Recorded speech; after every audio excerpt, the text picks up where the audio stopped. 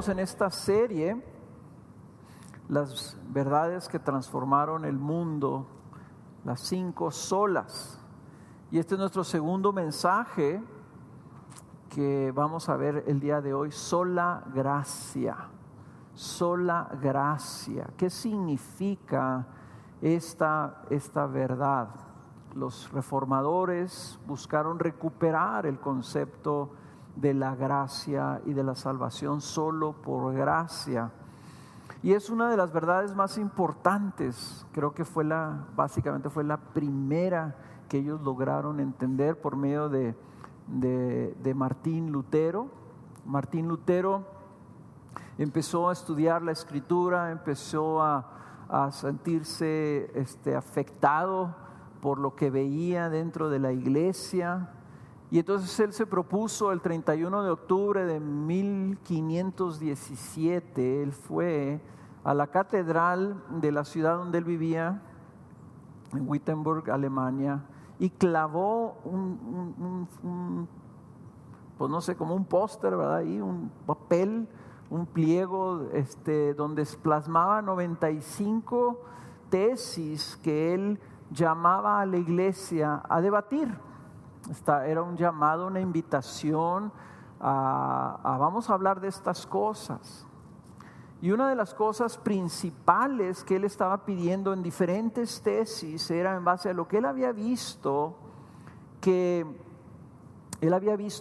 estaba sucediendo con la venta de las ¿cómo se llaman? Las indulgencias, iba a decir dispensaciones, pero las indulgencias que estaba promoviendo un clérigo ahí, se llamaba Tetzel. Él veía eso y decía, no puede ser posible que la salvación se pueda adquirir con una ofrenda monetaria.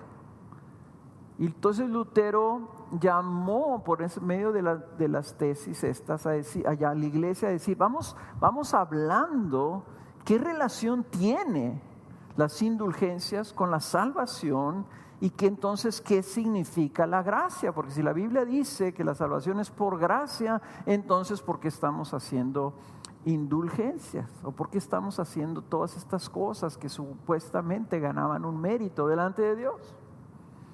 Y eso es lo que vamos a ver nosotros. Yo creo que es bien importante que nosotros entendamos qué significa la gracia. ¿Por qué esta verdad es tan fundamental para la doctrina cristiana?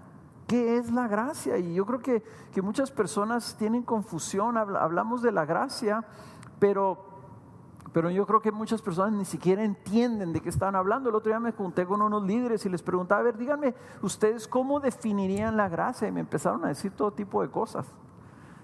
Y estuvimos hablando por 2 horas para llegar más o menos a que todos entendieran qué dice la Biblia acerca de la gracia. Hay muchas cosas. La Biblia menciona la gracia de diferentes maneras. Por ejemplo, cuando Pablo le pide al Señor que le quite el aguijón en la carne, el Señor le dice, bástate mi gracia.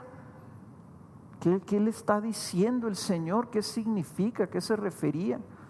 O cuando el Evangelio dice que la plenitud de Jesucristo, que por la plenitud de Jesucristo hemos recibido gracia y gracia sobre gracia. ¿Qué es eso? ¿Cómo que por medio de Jesucristo hemos recibido gracia? O cuando Pablo, por ejemplo, en 1 Corintios 15 dice de que por medio de la gracia o por la gracia de Dios es lo que Él es. Y que aunque Él se ha esforzado en su ministerio, no ha sido Él, sino la gracia de Dios en Él. Entonces, ¿de qué estamos hablando? ¿Qué estamos hablando cuando la Biblia dice que Esteban, el diácono, ¿verdad?, decía que lleno de gracia y de poder? Como una descripción de su persona.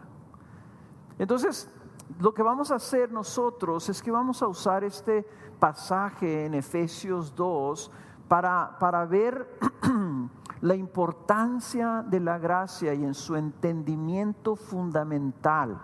¿Ok? Entonces vamos a leerlo desde el capítulo 2, versículo 1 hasta el versículo 10. Y dice así en la Biblia de las Américas: y Él os dio vida a vosotros que estabais muertos en vuestros delitos y pecados, en los cuales anduvisteis en otro tiempo según la corriente de este mundo, conforme al príncipe de la potestad del aire, el espíritu que ahora opera en los hijos de desobediencia, entre los cuales también todos nosotros en otro tiempo vivíamos en las pasiones de nuestra carne, satisfaciendo los deseos de la carne y de la mente, y éramos por naturaleza hijos de ira, lo mismo que los demás. Pero Dios, que es rico en misericordia, por causa del gran amor con que nos amó, aun cuando estábamos muertos en nuestros delitos, nos dio vida juntamente con Cristo. Por gracia habéis sido salvados. Y con Él nos resucitó y con Él nos sentó en los lugares celestiales en Cristo Jesús, a fin de poder mostrar en los siglos venideros las sobreabundantes riquezas de su gracia por su bondad para con nosotros en Cristo Jesús.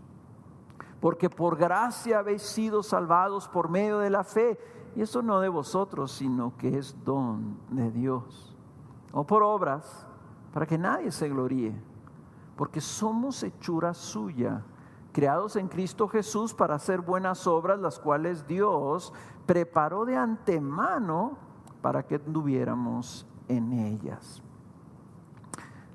Los reformadores, viendo esto, llegaron a la conclusión, la cual debemos nosotros también llegar, que la salvación es solamente por gracia.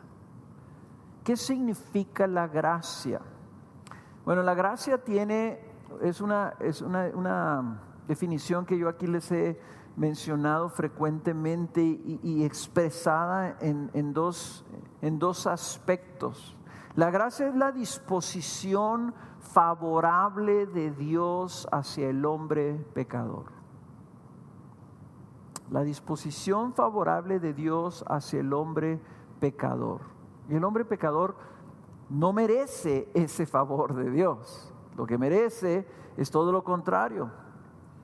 Tanto todo el hombre, el mundo como su iglesia, no merecemos el favor de Dios, pero la gracia significa que Dios tiene una disposición favorable hacia el hombre pecador, y eso se expresa. Entonces esa disposición se expresa en una operación activa en la vida del creyente y de su iglesia. En otras palabras, Dios tiene una disposición favorable y entonces opera esa disposición o entrega ese favor de Dios, lo hace activo, lo hace real, lo hace tangible en nuestras vidas. No nomás es una actitud que tiene Dios, sino es una actitud expresada y operando en la vida del creyente. Entonces, ¿cómo es que este pasaje nos muestra esto? Pues nos lo muestra en estas dos secciones grandes, muy sencillas de identificar. Los primeros 3 versículos hablan de la condición del hombre, y luego los del 4 al 10 habla lo que Dios hace. Y al final del versículo 8, donde vuelve el apóstol Pablo a enfatizar esta tesis de él, que por gracia habéis sido salvados, entonces nos da las razones de por qué Dios lo está haciendo así. Vamos a ver entonces la primera parte. El versículo del 1 al 3 nos dice y nos muestra la condición del hombre. Y aquí, para poder entender la gracia, es necesario primero que entendamos la tragedia de la caída del hombre. Si no entendemos este contexto de la condición humana en su estado caído, nunca vamos a entender la gracia. La gracia ocurre. El otro día, platicando con Abelardo, me decía: date cuenta que si no hubiera habido la caída, no hubiera habido necesidad de gracia. La gracia solamente ocurre cuando tienes tú gente que no merece el favor de Dios. Entonces la gracia ocurre precisamente porque el pecado entró a la creación en la caída.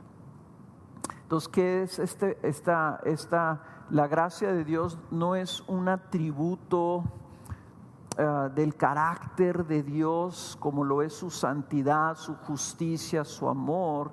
La gracia, puesto que solamente ocurre en el momento en que sucedió el pecado, es un atributo relacional de Dios.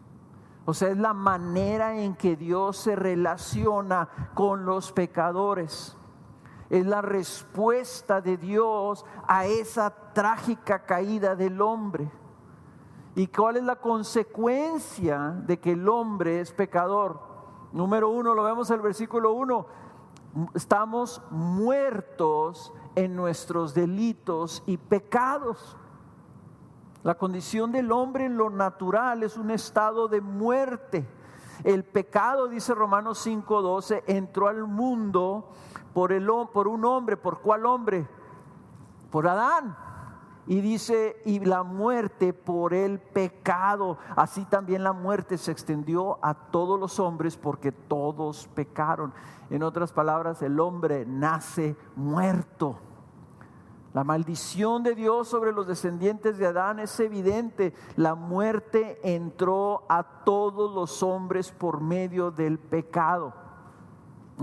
Por eso dice Pablo en el capítulo 5 de Romanos que la muerte reinó en el mundo. Entonces, el hombre natural vive bajo el reino de la muerte. Y ese reino de la muerte representa el hombre entregado a un estado de corrupción y de deterioro. Y la Biblia dice también que es un estado de futilidad, en donde todo es vanidad, decía Salomón en el libro de Eclesiastes. Todo es vanidad, ¿por qué? Porque todos nos morimos de todas formas. No puedes hacer nada que dure, que tenga un significado mayor. Todos terminamos en la tumba. Y tú puedes decir, mira nomás este atleta, qué tremendo, qué grande, qué logro. Va a envejecer y va a morir, igual que todos los demás. Y tú dices, mira nomás qué exitoso, mira todo el dinero que ha podido hacer, el hombre más rico de toda la tierra, se va a morir. Ese estado de la condición del hombre, donde reina la muerte en el hombre, es nuestro estado en lo natural. Como nacemos en nuestra carne. La segunda condición que vemos aquí dice que estábamos muertos en nuestros delitos y pecados, dice, en los cuales anduvisteis en otro tiempo. ¿En qué anduvimos? En nuestros delitos y en nuestros pecados anduvimos en otro tiempo, según la corriente de este mundo, conforme al príncipe de la potestad del aire, el espíritu que ahora opera en los hijos de desobediencia. Estábamos muertos en nuestros delitos y pecados porque andábamos en esos delitos y pecados siguiendo el príncipe de la potestad del aire. ¿Quién es? El enemigo, Satanás, el diablo. Es el espíritu que opera en todos los hijos de rebelión, de desobediencia en el mundo. El mundo, si tú lo ves, el mundo no está buscando a Dios, dice Romanos 3. El mundo no quiere de Dios. El mundo no está buscando obedecer a Dios.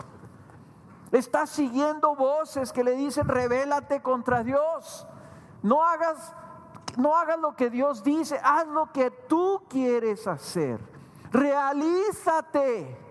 ¿Cómo? Pues busca dentro de ti qué es lo que tú quieres.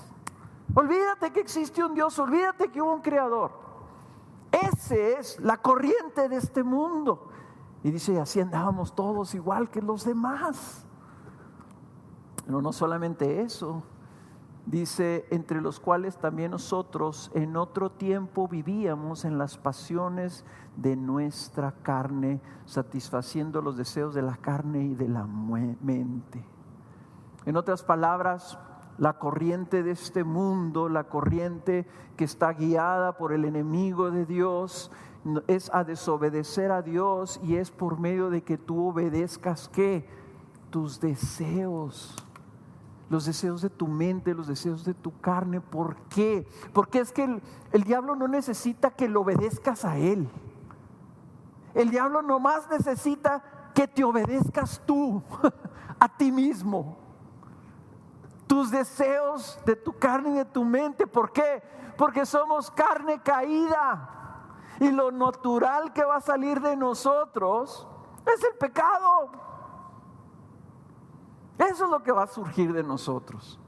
La rebelión natural. Lo que nosotros deseamos no es lo que Dios desea. Nosotros deseamos todo lo contrario. Muchos de ustedes esta mañana que se tenían que levantar para venir a adorar a su Rey, a su Señor, al que dio su vida por ustedes, decían: no deseo levantarme, no deseo ir a adorar a Dios. Y algunos hasta dijeron: me da flojera ir a la iglesia. Y tal vez tenían una señora, una esposa que les dije: ándele, ¿cómo no? Y le dieron un codazo ahí, o le jalaron las cobijas, o echaron una cubeta de agua. Alguna cosa sucedió. Pero tu deseo no era ir a buscar del Señor, ir a adorar al Señor. Hermanos, éramos por naturaleza esclavos de nuestra propia carne, de los deseos de nuestra carne, porque vimos nosotros cuando estábamos viendo Romanos que estábamos esclavizados a nuestro pecado, muertos y esclavos al pecado. No podíamos sino pecar, porque todo lo que salía de nosotros era en contra del Señor, siguiendo la corriente de este mundo, siguiendo el consejo de Satanás y siguiendo los deseos de nuestra carne. Esas eran las influencias en nuestra vida que nos llevaban simple y sencillamente a la rebelión. ¿Por qué? Porque éramos esclavos del pecado. Y número 3, y como consecuencia de todo eso, es que operando el espíritu en los hijos de desobediencia, éramos por naturaleza hijos de ira, lo mismo que los demás. O sea, muertos en nuestros delitos y pecados, esclavos del pecado, y con un blanco así sobre nuestras cabezas, donde estaba apuntando la ira de Dios sobre nuestras vidas. Merecedores del juicio de Dios, merecedores del juicio eterno y de la condenación eterna, merecedores, como dijo Jesucristo, de ser lanzados al lago de fuego junto con los ángeles que se rebelaron en contra del Señor, junto con Satanás y sus ángeles. Eso merecíamos. Eso es lo justo, eso es lo correcto. Si tú lees y repasas el capítulo 1 del libro de Romanos, donde describe al hombre en lo natural, y describe al hombre como hombres con mentes depravadas, dice: aborrecedores de Dios.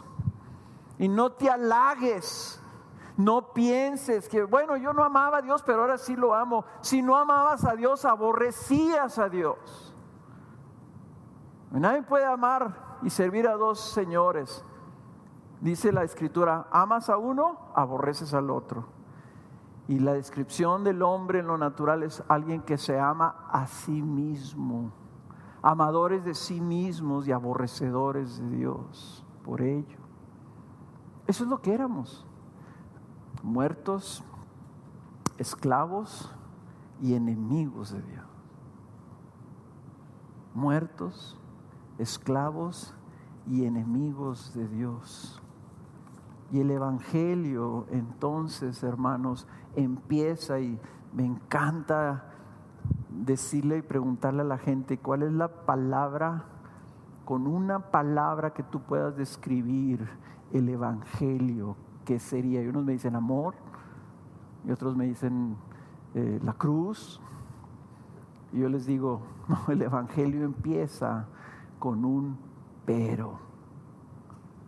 Aquí en versículo 4, desde hace casi 40 años que pude ver esto, qué hermoso se me hizo el pero de Dios. Pero Dios, la gracia empieza a verse cuando tú ves esta realidad del mundo y luego ves que Dios no se quedó así, que Dios tenía otra intención, que Dios reacciona de otra manera, que Dios actúa de manera contradictoria a lo que merece la situación. Está en el pero Dios, ahí empieza el evangelio. Dios, que es rico en misericordia, por causa del gran amor que nos amó, aun cuando estábamos muertos en nuestros delitos, nos dio vida juntamente con Cristo. La gracia de Dios se manifiesta precisamente en que Dios nos amó siendo que merecíamos su ira. La gracia de Dios se manifiesta siendo que merecedores de su juicio y de su ira, Él expresa misericordia y tiene misericordia por nosotros. El origen de la gracia se encuentra completamente en el corazón de Dios mismo, queriendo extender misericordia por amor. ¿Qué es la gracia de Dios? Es eso que está en el carácter de Dios, en donde tienes al hombre pecador y rebelde, y lo que sale de Dios es la disposición de extender misericordia por amor a ese que no es amable. ¿Qué es la gracia? Es Dios amando a su enemigo muerto, al rebelde esclavo del pecado, al que no puede ni quiere hacer nada en búsqueda de Dios para agradar a Dios. Y lo que sale de Dios es amor. Lo que sale de Dios es misericordia. ¿Cómo es posible? ¿Qué es esto? ¿De qué se trata? Lo vimos en el capítulo 5 de Romanos. Otro pero. Romanos 5:8. Pero Dios demuestra su amor para con nosotros en que, siendo aún pecadores, Cristo murió por nosotros. Aquí dice Pablo, nos dio a Cristo. Él, ¿verdad? Por causa del gran amor, cuando estábamos muertos nos dio vida juntamente con Cristo. Nos dio vida juntamente con Él. Cristo es la manifestación suprema de la gracia de Dios. Veíamos que la gracia de Dios es esa disposición favorable. Dios teniendo misericordia del hombre, queriendo amarlo y tener misericordia de Dios. ¿Qué hace Dios? Dios le da a Cristo al hombre. Dios nos dio a Cristo como el supremo obsequio, como el supremo regalo, como el supremo sustituto. Nos dio a Cristo para que Cristo nos diera vida. Nos dio un regalo en lugar de darnos un castigo. Nos dio alguien que vino a tomar nuestro lugar y recibir en su persona la ira que nosotros merecíamos. Nos dio a alguien que vino como nosotros, como nuestro representante, a hacer precisamente la voluntad de Dios, a obedecerlo. Y cuando fue tentado por ese mismo diablo a que hiciera lo que nosotros estábamos haciendo, Él dijo no.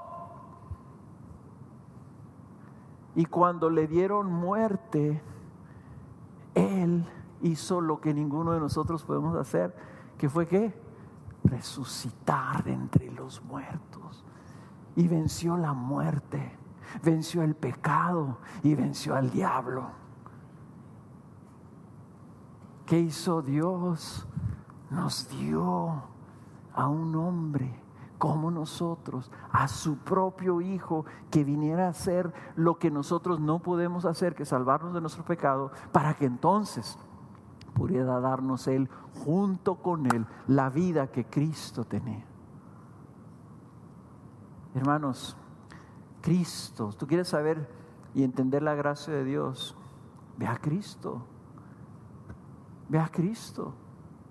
Y la gracia de Dios, entonces vemos que la gracia de Dios no es así como si nos imaginemos así como que a Santo Claus, un viejito bonachón, ¿verdad? Y que vienen los niños y se han portado mal todo el año, pero vienen con Santo Claus y le dicen, pues es que sí, me he portado mal, pero pásame chance, yo quiero una troquita que me regales en Navidad. Y entonces Santo Claus, bien buena onda, le dice, sí, todos los niños merecen un juguetito, y sí, claro que sí te lo voy a dar.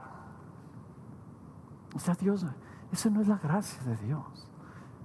La gracia de Dios es Dios dando a su Hijo como un sacrificio en una cruz, derramando su sangre para que nosotros pudiéramos ser rescatados de esa condición en la que estábamos. La gracia de Dios es una cosa inmensa, tan inmensa como el valor de la muerte de su Hijo Jesús. La gracia de Dios es algo costosísimo, por eso habla de las riquezas de la gracia, la grandeza de la gracia, la gloria de la gracia de Dios. Está en la persona de Jesucristo, en lo que vale la muerte de Cristo Jesús, lo que vale la muerte y su sufrimiento.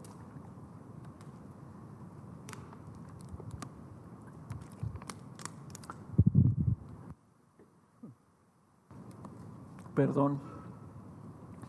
No hay nada que el hombre aporte a la gracia de Dios. La iniciativa es totalmente de Dios enviando a su Hijo a morir.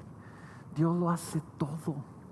El hombre está nomás ahí parado en su condición de muerto, de esclavo y de enemigo de Dios. Y Dios toma la decisión, envía a su Hijo a morir. Él viene, Él muere, Él resucita, Él sube al cielo, está intercediendo a la diestra del Padre como sumo sacerdote. Y el hombre lo único que hace es recibir el favor de Dios, tener el favor de Dios.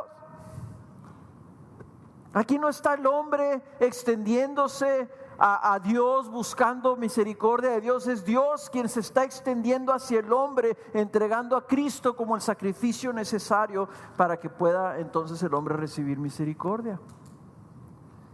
Si nuestra condición era de muerte, era de enemistad bajo ira, Dios muestra misericordia y entrega a su Hijo en nuestro lugar para llevar a cabo la reconciliación con sus enemigos y luego darnos la vida nueva en Cristo Jesús. Cristo Jesús representa ese favor inmerecido de Dios. Dios nos dio a Cristo como regalo y nos unió a Cristo de tal forma que ahora estamos en Cristo, y por medio de estar en Cristo, unidos a Cristo, tenemos ahora vida. Esta es la definición de la gracia. Se nos dio el regalo de la vida en Cristo cuando estábamos muertos. Se nos dio vida, ya lo vimos, lo estamos viendo ahorita, nos dio vida por muerte. Y tú dices, pero también éramos esclavos. Ah, sí, pero fíjate cómo dice aquí, continúa. Dice, y con Él nos resucitó y con Él nos sentó en los lugares celestiales en Cristo Jesús. ¿Qué dice Romanos 5:17 cuando está hablando el apóstol Pablo de la gracia? Cuando está hablando de que reinó la muerte. ¿Se acuerdan de esa predicación? No se acuerdan obviamente de esa predicación, pero se lo voy a recordar. Donde Pablo habla del reino de la gracia, donde sobreabundó el pecado, sobreabundó el tsunami de la gracia, y dice el objetivo es para que nosotros podamos ahora reinar en vida. ¿Qué dice el Colosenses y Efesios? ¿En dónde estamos? Estamos sentados en los lugares celestiales. Allá está nuestra vida. ¿En dónde? En el trono de Dios. Así que no sabes que tú vas a reinar en la eternidad. Donde éramos esclavos, ahora estamos reinando en vida. Lo contrario a ser esclavo es hacer rey o estar con el rey. Entonces ahora tenemos el reino de la gracia en nuestras vidas para que reinemos en vida en lugar de tener esclavitud. Y luego dice aquí que por causa del amor de Dios recibimos a Cristo Jesús. En lugar de la ira de Dios, recibimos el amor de Dios. Todo lo que vimos en Romanos 5, 6, 7 y 8 es el amor de Dios. ¿Quién nos podrá separar del amor de Dios en Cristo Jesús? Nada, nadie. De la misma forma que nadie podrá separar a los enemigos de Dios de su ira, nadie nos puede separar nosotros del amor de Dios. Entonces ahí está el divino intercambio, ahí está el regalo grande, ahí está la gracia manifestada. Recibimos vida en lugar de muerte, reino en lugar de esclavitud,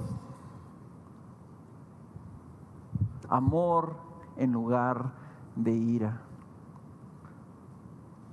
Entonces, hermanos, Pablo dice: por gracia habéis sido salvados. El fundamento, la razón de nuestra salvación. ¿Por qué somos salvos? Miren, fíjense también cómo operamos esta onda cuando uno es ignorante de la Biblia. Cuando el Señor me salva, hace casi 40 años, 39 años, yo me preguntaba, ¿por qué me salvó el Señor? ¿Por qué me salvó? Yo volteaba a ver a mi abuela, porque todos unos pensamos, pues es que probablemente tu abuelita está orando por ti. Mi abuela paterna había fallecido hacía muchos años, yo realmente nunca la conocí. Mi abuela materna era atea y odiaba la iglesia.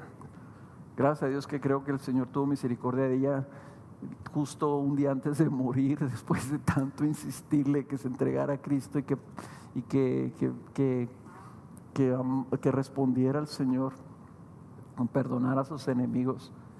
Yo decía, pues no puede ser por mi abuela, mis padres. O sea, ¿por qué yo buscaba una razón? Quería una razón de por qué Dios me salvó. Aquí está la razón. Aquí está. Por gracia habéis sido salvados. Y si tú conoces a Cristo y estás en este lugar y me estás escuchando, si tú me estás escuchando ahorita y tú tienes a Cristo Jesús y eres salvo de la ira de Dios, nomás hay una razón por la que eres: porque Dios mostró gracia y favor a tu vida, porque Él quiso. Dice Efesios, por el beneplácito de su voluntad, porque quiso extendértela a ti y te escogió desde antes de la fundación del mundo y dijo: yo a esta persona la voy a salvar porque quiero salvarla. No porque lo merece, no porque alguien me convenció, no porque alguien estuvo ahí moviéndome el brazo, ándale, ten misericordia de mi esposo, ten misericordia de mis hijos, sino porque yo quiero. ¿Por qué? Porque soy un Dios de gracia. Y entonces doy a mi Hijo Jesús, que viene a traer gracia sobre gracia, gracia por gracia. Hermanos, no busques más fundamento de nuestra fe y más razón que nuestra fe, que esa es la gracia de Dios. La gracia de Dios es lo que lo origina todo. La gracia de Dios es de donde nace el propósito de Dios de la redención del hombre hasta la gloria. La gracia de Dios es lo que produjo todo. ¿Por qué tenemos la Escritura? Ahí tienes una Biblia en tu mano. ¿Por qué la tienes? Por la gracia de Dios, que quiso revelarte su propósito escrito. Porque es que hay una iglesia. Por la gracia de Dios hay una iglesia donde tú puedes convivir en una comunidad con otros hermanos. ¿Por qué hubo reforma? Por la gracia de Dios. Porque viendo que la iglesia se estaba desviando, se había desviado, dijo: voy a levantar un hombre ahí medio un toro, ¿verdad? Que no se va a echar para atrás hasta terco. Y se reformó. Y se corrigió el camino para que nosotros ahora recibiéramos una herencia. Si tenemos este entendimiento, hermanos, si tú estás oyendo una predicación que habla de la gracia de Dios, es por la gracia de Dios. tenemos oportunidad de servir y de ayudar a nuestro prójimo. ¿Por qué es? Por la gracia de Dios.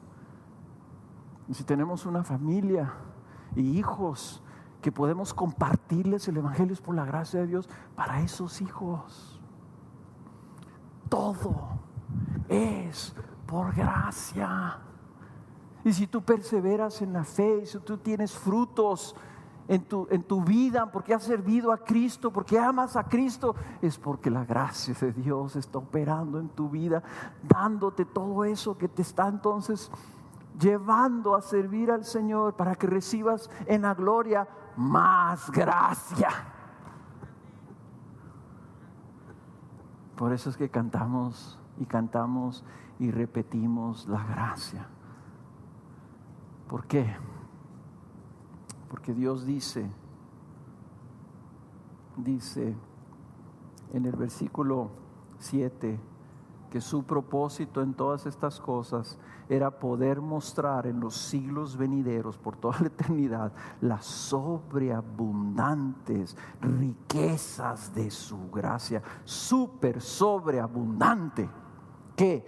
Riqueza, no pobreza, no escasez, riqueza de su gracia por la bondad para con nosotros. Su bondad mostrada para con nosotros. ¿En dónde?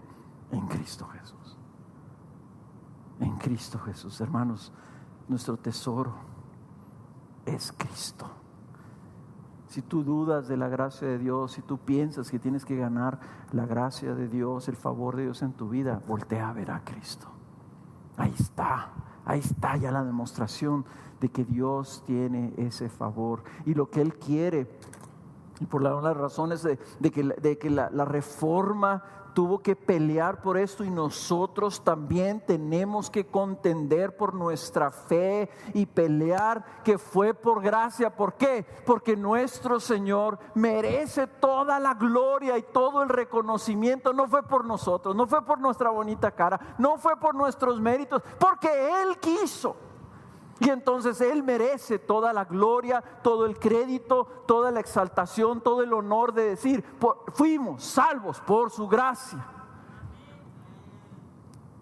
Entonces, por eso la importancia de sola gracia para la reforma.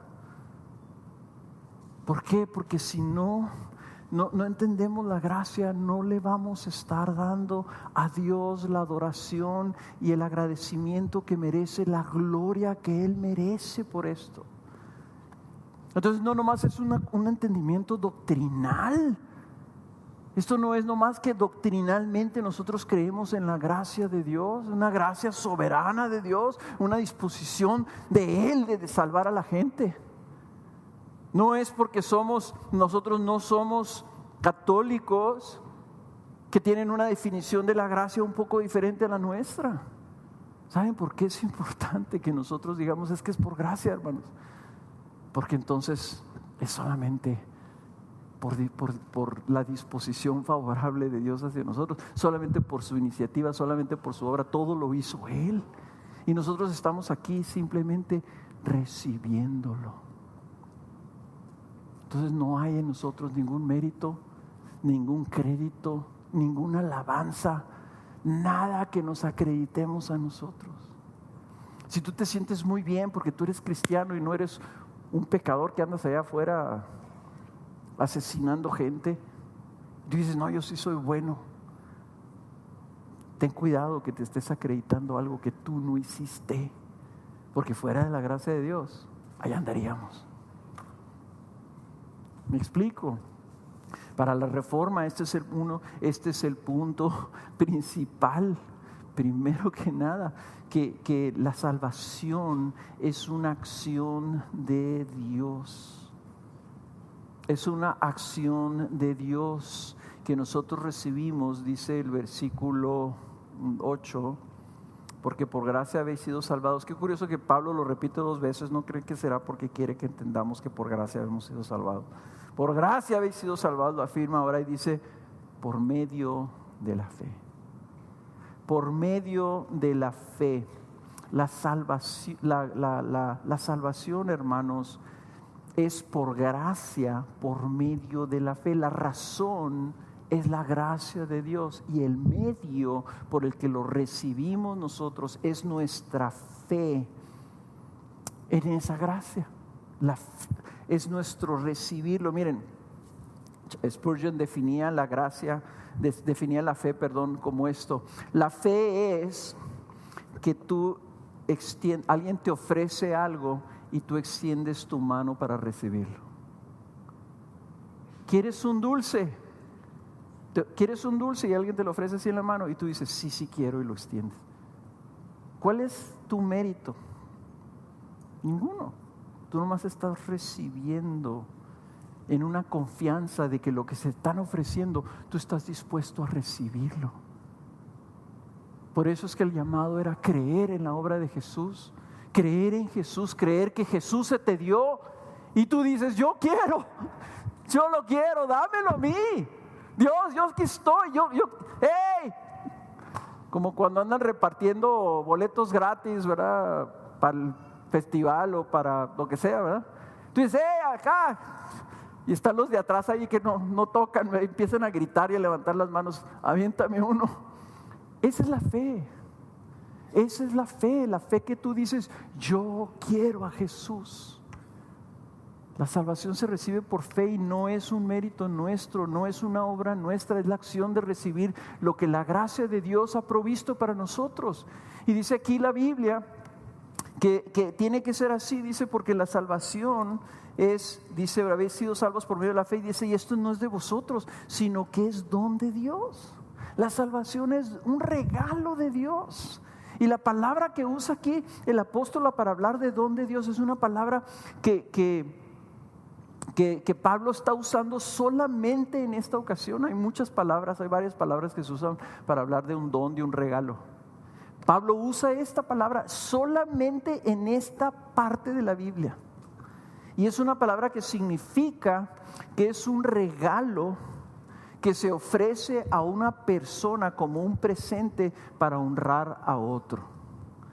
En otras palabras, es así como cuando te invita a cenar una persona muy importante y tú dices, oye, pues no puedo llegar con las manos vacías. Entonces tú le llevas un regalo que le muestra que para ti esto es algo muy importante, y le regalas algo que la otra persona va a decir, wow, qué bendición. La gracia de Dios, la salvación se nos da por Dios, no es un regalo de decir, bueno, te lo doy pero no te lo voy a cobrar, te lo regalo pues, ándale. Como muchas veces así decimos, ¿verdad? Oye, pues que está yo, hombre, olvídate del regalo. No, es un regalo intencional de Dios, decir, le voy a regalar esto a esta persona porque quiero explotarle el cerebro, no más de pensar lo que estoy haciendo por ellos. Y literalmente Dios nos explota el cerebro y decimos, ¿por qué Dios? ¿Por qué yo? ¿Por qué me salvas? ¿Por qué esta misericordia? ¿Por qué esta bondad para con mi vida? Es un don de Dios. Entonces la fe es parte de eso también. Es algo que se nos ha entregado. No proviene de nosotros, no lo originamos nosotros, no sale de nosotros, no lo provocamos nosotros. Romanos 5:15 dice, no sucede con la dádiva como con la transgresión. Dice, porque si por la transgresión de uno murieron los muchos, mucho más la gracia de Dios. Dice, y el don por la gracia de un hombre, Jesucristo, abundaron para los muchos. ¿Ven? La Biblia está llena de esta expresión de que Jesucristo, la salvación, la obra de Dios, es un regalo que se nos da. Nosotros tenemos que mantenerlo así. O sea, es bien importante que todo lo acreditemos a Dios, que se le acredite a Él, que se le dé la honra a Él, que lo recibamos como un regalo solamente. Y segundo, que si es por gracia, entonces no es por obras. Dice versículo 9, no por obras para que nadie se gloríe, no por obras para que nadie se gloríe. Entonces, en otras palabras, nosotros no lo podemos ganar con nuestras acciones. Está clarito. No puedes tú dar una ofrenda y pensar, con esta ofrenda estoy ganando el favor de Dios. No puedes decir, me voy a levantar todas las mañanas porque estoy en un discipulado y me voy a levantar todas las mañanas a las 6 de la mañana y voy a orar 1 hora. Y sales de tu casa habiendo orado 1 hora a las 6 de la mañana y dices, no, Dios ahorita está bien contento conmigo. Ahorita lo que le pida, toda la semana he cumplido. Ahorita el Señor me ha de estar viendo con una gran sonrisa. ¿Qué estás haciendo? Estás rebajando el regalo de Dios. Estás tú queriendo merecer o ganarte esa disposición que Dios, cuando eras su enemigo, cuando estabas en tus pecados, cuando estabas en tus delitos, cuando estabas muerto, te dio. Ven, esa es nuestra tendencia y por eso es que tiene que ser por gracia y no por obras. Porque nosotros no podemos apropiar la salvación o acreditársela a algo en nosotros. Si es por gracia, dice Romanos 11:6, ya no es en base de las obras. Esto es una de esas cosas donde si es por una cosa, automáticamente elimina lo otro. Como lo pone Pablo, si es por gracia, ya no es base de las obras. De otra manera, la gracia ya no es gracia. Y si es por obras, ya no es por gracia. De otra manera, la obra ya no es obra.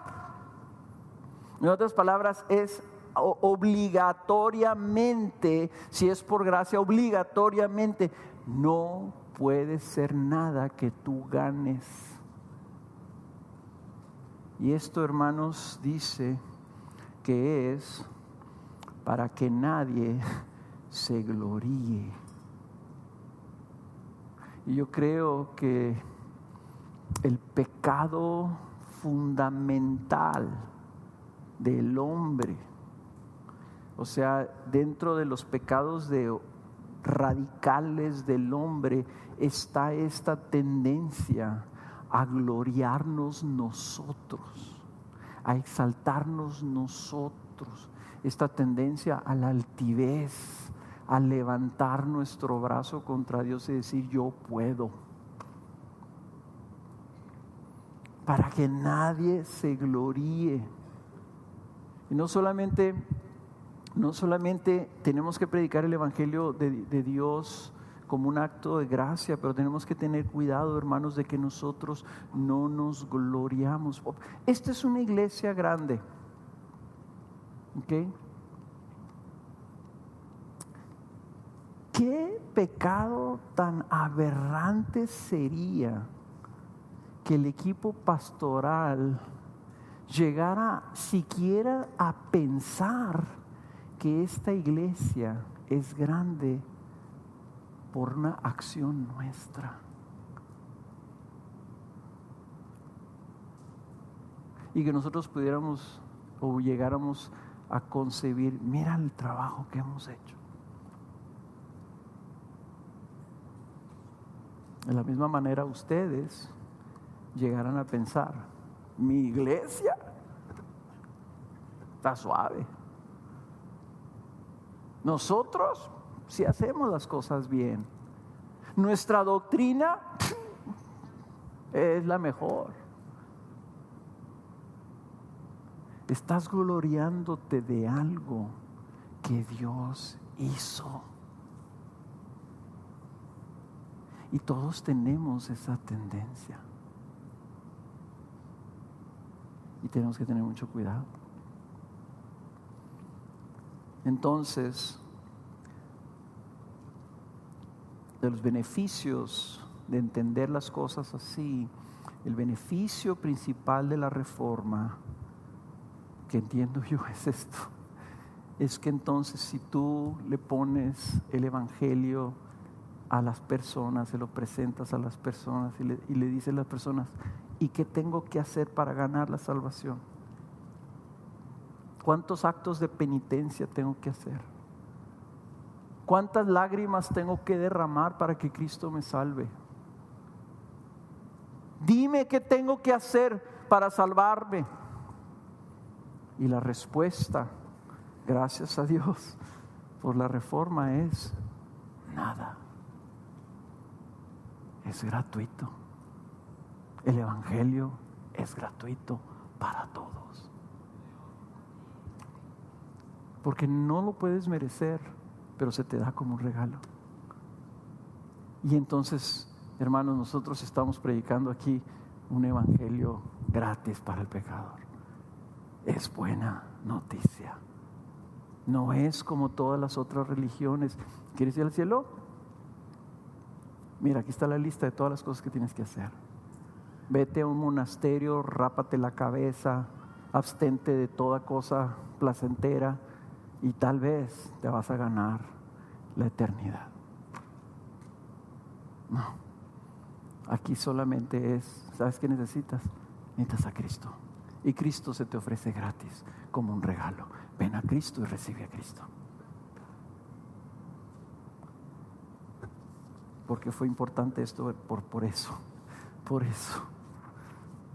Porque no tenemos nosotros que ganar esto. Entonces, hermanos, Él quiere que se dé a conocer la gracia de Dios, su gracia, la riqueza, todo es por gracia. Yo quiero terminar, entonces, volviendo a recordarles este pasaje en capítulo 8 en Romanos. Vayan otra vez a Romanos 8.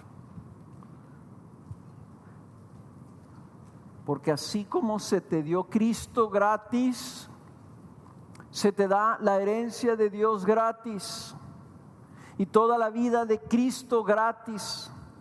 De tal forma que dice Romanos capítulo 8 versículo 31, entonces, ¿qué diremos a esto?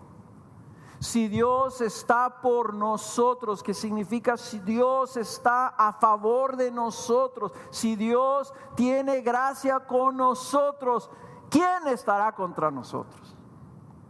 El que no eximió, el que no redujo, al que no le limitó a su propio Hijo nada que tuviera que ver con lo necesario para pagar nuestra redención, fue derramada su ira totalmente sobre Él, sino que lo entregó por todos nosotros. ¿Cómo no nos concederá también con Él todas las cosas? La gracia de Dios, hermanos, y quiero que se vayan con este pensamiento: si ya se mostró la gracia de Dios en Cristo Jesús para tu salvación, tú tienes la gracia de Dios para siempre. Eso es lo que está diciendo ahí. El día de hoy, el día de mañana, tú te puedes acercar a Dios y recibir gracia, porque Dios ya mostró su favor para contigo al estar por ti. ¿Quién puede estar en tu contra? No, pues que el gobierno, no, pues que la economía, no, pues que van a cancelar NAFTA y me voy a quedar sin trabajo, no, pues que estoy enfermo, no, pues que va a... ¿Quién puede estar en contra de ti si tienes el favor de Dios? La bondad de Dios hacia contigo, el shalom de Dios, la paz de Dios. Por eso ahora ya fueron a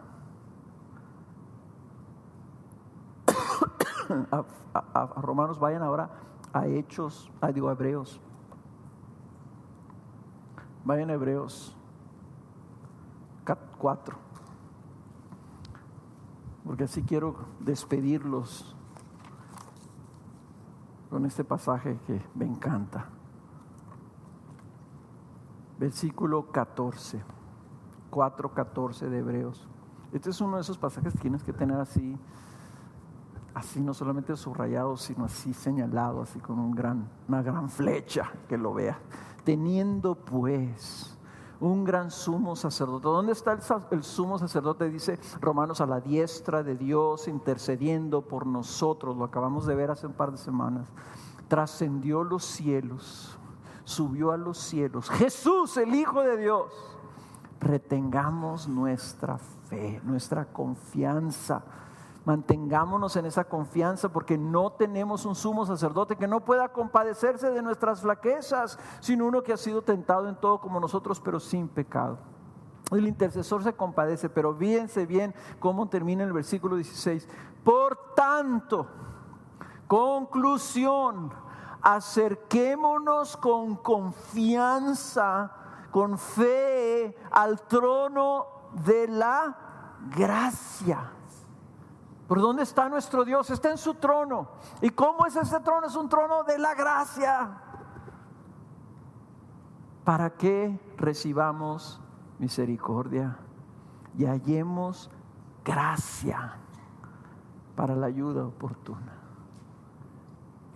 Si ya recibimos gracia en Cristo, ¿cómo no nos concederá todas las demás cosas? ¿Y dónde vas a hallar esa gracia? En su trono. No tenemos porque no pedimos. A veces me quedo bien corto. Y a veces sí me siento, porque los veo a ustedes y me veo a mí. Entonces digo: Señor, pues yo quiero pedirte que nos concedas poder ir y servir a alguien. Queremos poder, Señor, ser instrumentos tuyos, ir a Morelos, ir a Oaxaca, ir a México y poder saber que tú nos has dado algo para darles a ellos. Entonces, Señor, ¿nos puedes dar 100,000 pesos?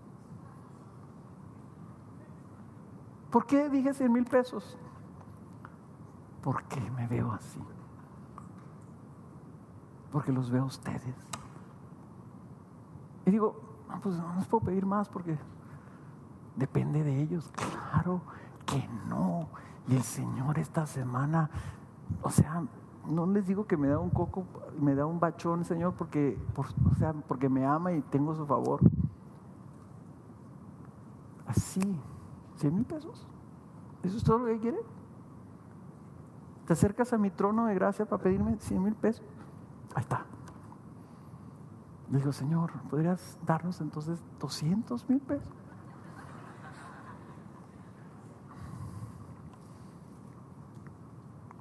Acércate con confianza al trono de la gracia, para que hallemos gracia para la ayuda oportuna. ¿Por qué vamos a hallar gracia? Porque ya se nos dio Cristo Jesús. Ya se nos dio Cristo Jesús, y de seguro vas a encontrar gracia cuando te acerques a ese trono.